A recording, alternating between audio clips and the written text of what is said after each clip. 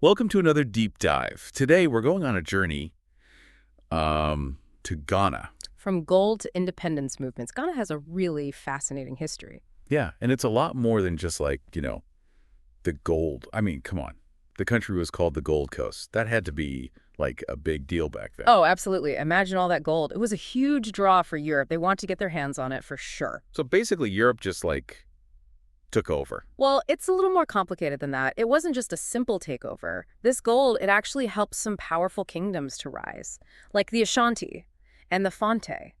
These weren't just small villages or anything. They had complex governments and cultures. They actually had the power to negotiate with these European powers. Wow. So these kingdoms, they weren't just victims of colonialism. They were actually shaping their own destiny, right? Exactly. They were players on the world stage, trading, making deals. But like you said, it's important to remember that Ghana is so much more than just its gold. I mean, the cultural diversity is incredible. Yeah, tell me more about that. I know there are all these different groups, like the Akan, Mole Dagbani, the Yu and Gadangme. They each have their own unique stories. It's like a giant cultural tapestry, right?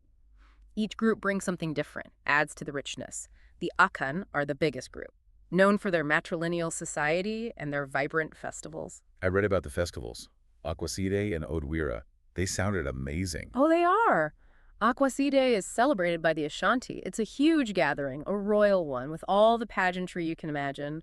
Drumming, dancing. It's a chance to show loyalty to the king. And then there's Odwira. That's an Akan festival, too. A time for remembrance, purification, giving thanks for the harvest. It's incredible how these traditions have been passed down for generations. It really keeps their culture alive. What about the other groups, though? Well, up north, you've got the Dagbani, known for their oral histories, their music. Storytelling is a huge part of their tradition. It's like their history is alive, passed down through words. Exactly. And then there are the Yu and Gadangme. They're coastal groups, both with their own languages and traditions. The Yu, they celebrate Adamu. That's a time of purification and renewal. And the Gami people have Homowo, a harvest festival. It's a celebration of overcoming hardship, specifically famine.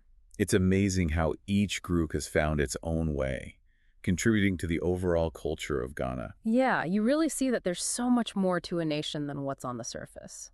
And that's what these deep dives are all about, right? Peeling back the layers, discovering the details that make a place unique. Are you ready to go back in time? From those ancient kingdoms to the birth of a nation. I am. Let's see how gold, culture, and all these diverse people came together to create the Ghana we know today. Okay, so let's rewind. Way back to the 11th century. That's when the Akan kingdoms were flourishing. They were incredibly sophisticated for their time. I mean, they had systems of governance, trade networks, and like we said, such vibrant traditions. It's mind-blowing to think about these kingdoms thriving centuries ago. They were the foundation for everything that came after. Absolutely. Now, fast forward a bit. To the 15th century, a new chapter begins.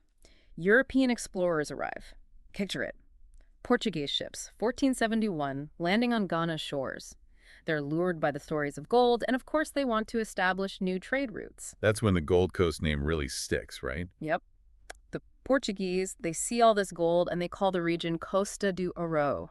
That means Gold Coast. This marks the beginning of more interactions with European powers. Trade increases. And unfortunately, this is when we start to see the seeds of colonialism planted. That's a turning point for Ghana. It must have had a huge impact on those kingdoms. Oh, yeah. But before we get to that, let's jump ahead to 1874. That's when the British officially declared the Gold Coast a colony. They took control. Wow. This must have been a huge shift for Ghana. Huge. The British, they brought big changes. How the region was governed, the infrastructure, Ghana's independence. March 6th, 1957. A date etched in history. What was it like when Ghana finally broke free, the first sub-Saharan African nation to achieve independence? It was pure joy. The streets of Accra were packed with people celebrating, the Ghanaian flag flying high.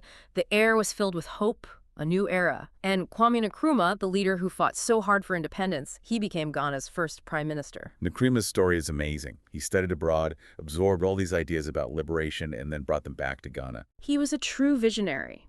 He knew that a united Africa would be a powerful force.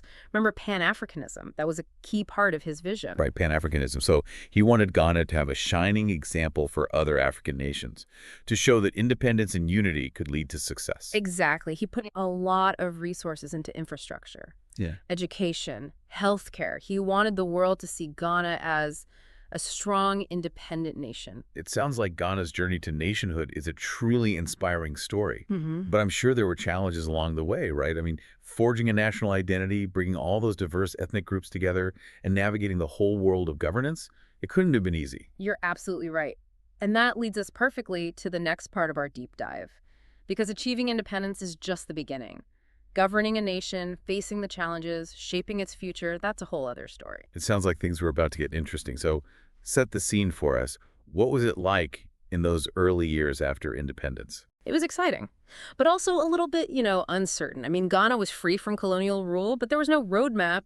There were big dreams, high hopes, but also a lot of questions. How to actually make it all work. And Nkrumah, he was leading the charge Yeah. with his vision of a united Africa. Yeah, and Nkrumah's leadership was crucial. He wasn't just thinking about Ghana. He really believed in a united Africa. Remember Pan-Africanism? That was a big part of his approach. So he was trying to make Ghana like a model to show other African nations that independence and unity could work. Exactly. He poured resources into big projects, infrastructure, education, healthcare. He wanted to prove that Ghana was a force to be reckoned with. But it wasn't all smooth sailing, was it? I mean, I read about political instability in those early years. Did Nkrumah's ambitious plans have anything to do with that? Well,